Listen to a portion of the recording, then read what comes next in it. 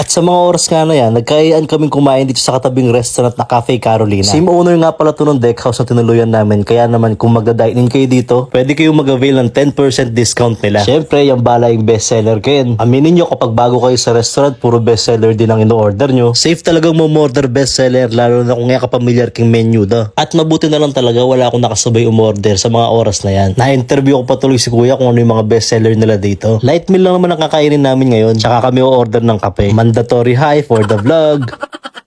Edi wow. Pakabilis dapin, daratang ma-open ding order me. Ayos din ang mga staff nila dito. Bukod sa mabilis na ang serbisyo, mababait pa sila lahat. Very accommodating from the cashier to server. Mas pinili nga namin magstay sa labas. Ano ba naman kasi, baggy feels na rin dito sa Tagaytay. Sayang naman yung lamig ng panahon kung di namin i-enjoy, diba? At talaga naman marerelax ka. Ganito ba namang view ang bubungad sa'yo sa labas ng cafe? Sulit talagang pagda-dine-in dito. Paniguradong mabubusugin siyan mo dahil sa good food and drink. Idagdag mo pa yung good view and ambience na bubusog naman sa mga mata mo. Talaga namang goods itong Cafe Carolina. Napaka-relaxing ng feels ng cafe. Napapalibutan to ng iba't ibang uri ng halaman. Every spot talaga ay Instagrammable. Aesthetic kumbaga.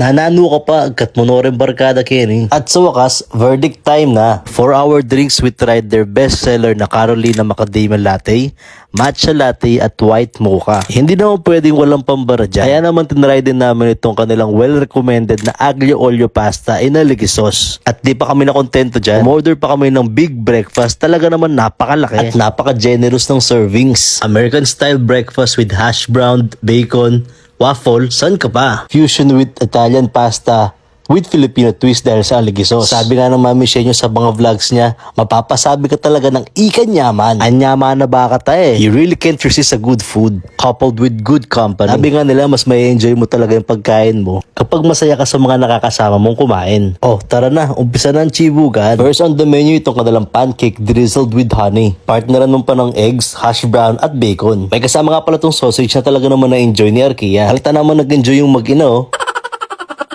Talaga naman nagko-complement yung sweetness ng honey at ng pancake dun sa alat ng bacon at ng sausage. Ano, kaya pa? Habang nagbo-voice over si Daddy Bean, natatawa talaga ako sa kanya kasi meron talaga siyang kaboses. Sa laki nga ng servings ito, talaga namang good for sharing siya, sulit pang pamilya. At pwede rin pagsalu-saluhan ng magbabarkada. At hindi rin papahuli itong mga drinks nila rito. Well balanced yung sweetness at saka yung pagka-creamy ng kape. Talaga namang kaya kong ipaglaban.